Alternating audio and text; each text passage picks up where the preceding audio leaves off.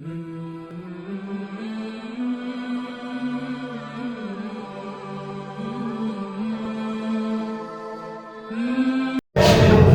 علیکم ورحمۃ اللہ وبرکاتہ. جی ناظرین، میں حافظ راشد، آپ دیکھ رہے ہیں ہمارا یوٹیوب چینل صحرائے مدینہ. امید کرتا ہوں آپ بالکل خیر و عافیت سے ہوں گے، جہاں بھی ہوں گے ایمان کی سلامتی کے ساتھ ہوں گے. دعا ہے اللہ رب العزت سے آپ سب دیکھنے والوں کو اپنے حفظ و امان میں رکھے. آج ہم آپ کے لیے ایک منفرد ویڈیوز لے کے حاضر ہوئے ہیں. ایک مستند قاری، ناظم اعلیٰ اور بچوں کے نفسیات کے ماہر، اسکول و مدرسہ چلانے کا تجربہ رکھنے والے قاری مولانا اعجاز صاحب، جو کہ ناظم اعلیٰ ہیں مدرسہ اقرا جامعہ روضۃ الاطفال کماڑی کراچی برانچ کے. السلام علیکم درشک. وعلیکم السلام ورحمۃ اللہ وبرکاتہ. کیسے خیریت سے ہیں؟ الحمدللہ، اللہ پاک کا بڑا کرم ہے، شکر ہے آپ لوگوں کی بھی مہربانی کہ آپ لوگ تشریف لائے ہیں یہاں پر. بہت شکریہ کر صاحب. یہ بتائیں آپ کی تعلیم کتنی ہے اور کہاں سے ہے؟ ابتدائی تعلیم تو میں نے شروع سے ہی کراچی میں ہی حاصل کی ہے. میری ابتدائی تعلیم جو ہے وہ لیاری کے علاقے سے ہے. جب میں نے قاعدہ وغیرہ جو ہے وہ اسٹارٹ کیا تھا، اس کے بعد ابتدا سے ہی مجھے حفظ کا، قرآن کریم کے حفظ کا شوق تھا. میرے اس شوق کو دیکھتے ہوئے میرے والد صاحب نے جو ہے مجھے ایک مدرسے میں داخل کروایا. کوہندی اشرف العلوم مدرسہ ہے، اشرف العلوم بیت المکرم کے نام سے. وہاں الحمدللہ میں نے حفظ قرآن کریم مکمل کیا. پھر ابتدائی درجات جو عالم بننے کے ہوتے ہیں، درجہ رابعہ تک وہاں تعلیم حاصل کی. درجہ خامسہ سے میں نے جو ہے وہ جامعہ دارالعلوم کراچی، جو کہ مولانا مفتی عثمانی صاحب کے زیر سرپرستی چل رہا ہے، وہاں سے دور حدیث کی تکمیل کی. دور حدیث کی تکمیل کے بعد جو ہے کراچی یونیورسٹی سے ہم نے اسلامیات شعبہ قرآن و سنت میں ہے مکمل کیا. سن 2002 میں میری تعلیم مکمل کی. ماشاء اللہ کر صاحب یہ بتائیں کہ کتنے عرصے سے دینی و دنیا میں خدمات سر انجام دے رہے ہیں؟ تقریباً میں سن 2005 غالباً جنوری 2005 سے میں یہاں پر جو ہے یہ خدمات انجام دے رہا ہوں. میں کیا دے رہا ہوں بلکہ اللہ رب العزت جو مجھ سے یہ خدمات دے رہے ہیں، چھوٹی موٹی جو خدمت کر رہے ہیں تھوڑی بہت، تو 2005 سے لے کر اب تک جو ہے ہو جاری ہے. ماشاء اللہ کر سر یہ بتائیں یہاں داخلہ پالیسی کیا ہے آپ کے ادارے میں؟ ہمارے ادارے کے اندر تقریباً ہمارا جو ہم دیکھتے ہیں کہ اگر ایک بچہ یا بچی 3.5 سال کی عمر کے ہیں یا 4 سال کی عمر، 3.5 سال کی عمر کا وہ بچہ یا بچی جو تھوڑے بہت ایکٹیو ہوتے ہیں، وہ اگر وہ ایکٹیو نہیں ہے تو پھر 4 ساڑھے 4 سال تک کے بچے کا ہم انتظار کرتے ہیں کہ اگر وہ بولنے کے تھوڑے بہت قابل ہوں، گھر پہ کچھ الفاظ کو سمجھنے کے قابل ہو، تو ان کو جو ہے وہ ہم ایڈمیشن لیتے ہیں.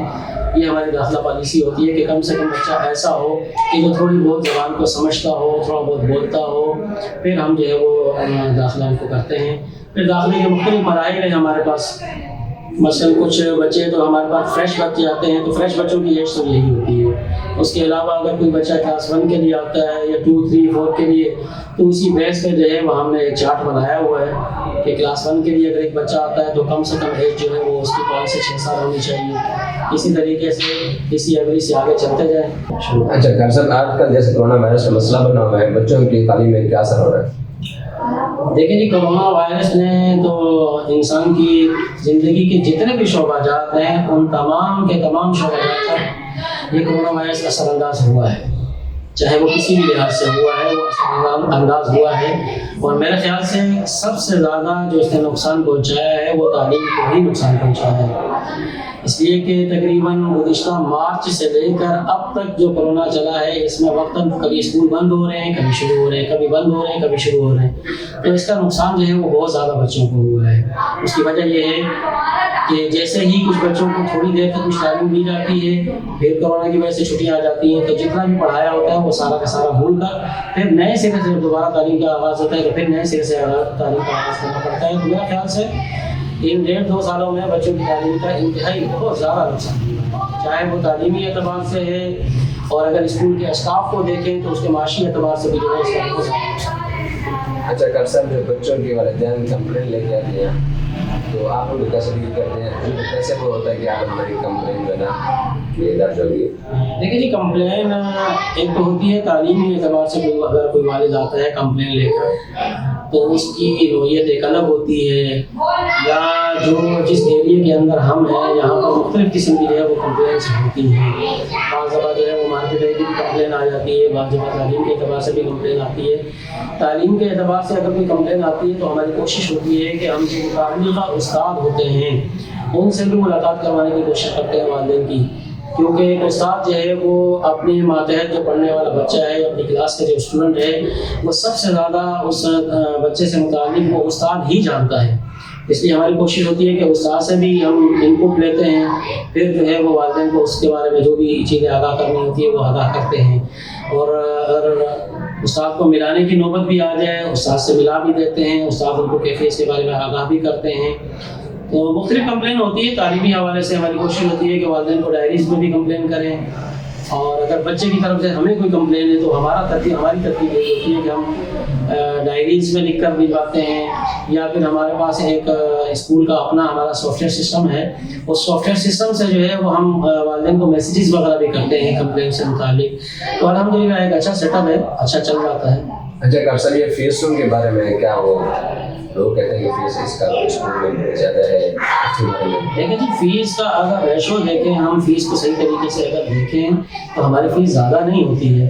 اس کی وجہ میں آپ کو بتا دوں کہ کسی بھی اگر ہم انگلش میڈیم اسکول میں لے جاتے ہیں کہ جہاں پر صرف ایک ہی تعلیم دی جاتی ہے, یعنی دنیاوی تعلیم دی جاتی ہے, دینی تعلیم کے حوالے سے اگر وہاں پڑھائی نہیں ہوتی ہے, تو ایک مثال میں آپ کو دے رہا ہوں کہ اگر کوئی بچہ صبح کسی بھی انگلش میڈیم اسکول میں جاتا ہے تو وہاں پر اگر وہ جا کر کوئی 800,000 فیس دیتا ہے, اس کے بعد وہ بچہ گھر پر آتا ہے, پھر دوبارہ کسی بھی مدرسے میں پڑھنے کے لیے جاتا ہے, تو مدرسے کی فیس کو الگ چارج کرتے ہیں, اور اس کا ٹائم بھی اسی لحاظ سے جو ہے وہ ویسٹ ہوتا ہے اور ٹائم زیادہ لگتا ہے.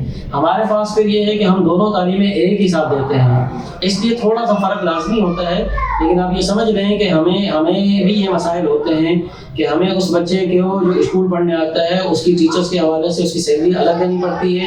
اسی بچے کو قرآن پڑھانے کے لیے جن قاری صاحبان کا ہم اہتمام کرتے ہیں ان قاری صاحبان کو سیلری ہمیں الگ دینی پڑتی ہے. آپ یہ سمجھ لیں کہ کسی بھی انگلش میڈیم اسکول میں ایک ہی ٹیچر کو سیلری دینی پڑتی ہے. ہمارے پاس ایک کلاس کو پڑھانے کے لیے 2 استادوں کو سیلری دینی پڑتی ہے, ایک اسکول پڑھانے کے لیے ان کی ٹیچرز کو سیلری دینی پڑتی ہے, اور ایک ان کے قاری صاحب کو بھی الگ سے سیلری دینی پڑتی ہے. اس لیے جو ہے تھوڑا سا فرق ضرور ہے. اس لحاظ سے دیکھا جائے تو ہماری فیس اتنی زیادہ نہیں ہے.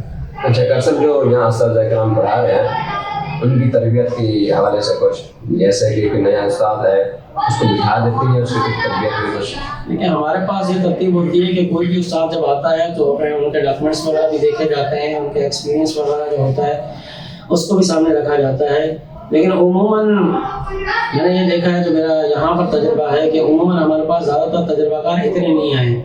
جو بھی آئے ہیں اکثر اس میں سے فریش استاد ہی آتے ہیں جو نیو ہوتے ہیں. تو ہم ان کے لیے یہ کرتے ہیں کہ اگر ایک کلاس تو شروع میں ہم کسی بھی تجربہ کار جو پرانا استاد ہوتا ہے اس کے ساتھ اس کو بٹھا کر اس کو پڑھانے کا جو ایکسپیرینس ہے وہاں سے دلواتے ہیں.